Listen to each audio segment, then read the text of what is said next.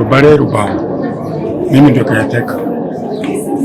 Hii moto hii ni kama saa 2:30 ndio hiyo gasi imelipuka, na imelipuka nikiwa town. Hiyo kitu kenye kimefanyika pale, ndio nimeitwa na mtu mgeni mwenye ametoka tu Nairobi, mwenye hajakuwa hapa. Nimekuwa nimepatia nyumba, ameniambia hiyo nyumba inachomeka ya neighbor wangu, ikabidi nirudi kutoka kwa bank, nikarudi hapa. Hiyo ndio kitu niliona tu. Hawa wamekuwa hapa asubuhi na walikuwa mama na mzee, wanatembeanga tu wawili. Wanatembeanga tu wawili hivyo miaka kama 3 sasa. Hawa ndio wanagawa hapa daraja yote, biashara ya nguo mpaka Uyugi.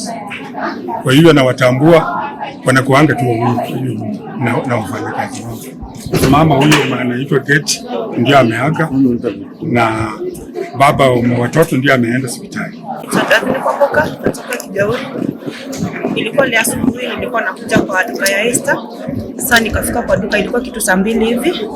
Wakati nilifika kwa duka ndio nikampigia simu, akachukua, akaniambia nakuja, endelea kuangalia vitu kidogo hivi. Mfanyikazi wake mmoja akapigiwa simu, akamwambia funga duka, nyumba imechomeka.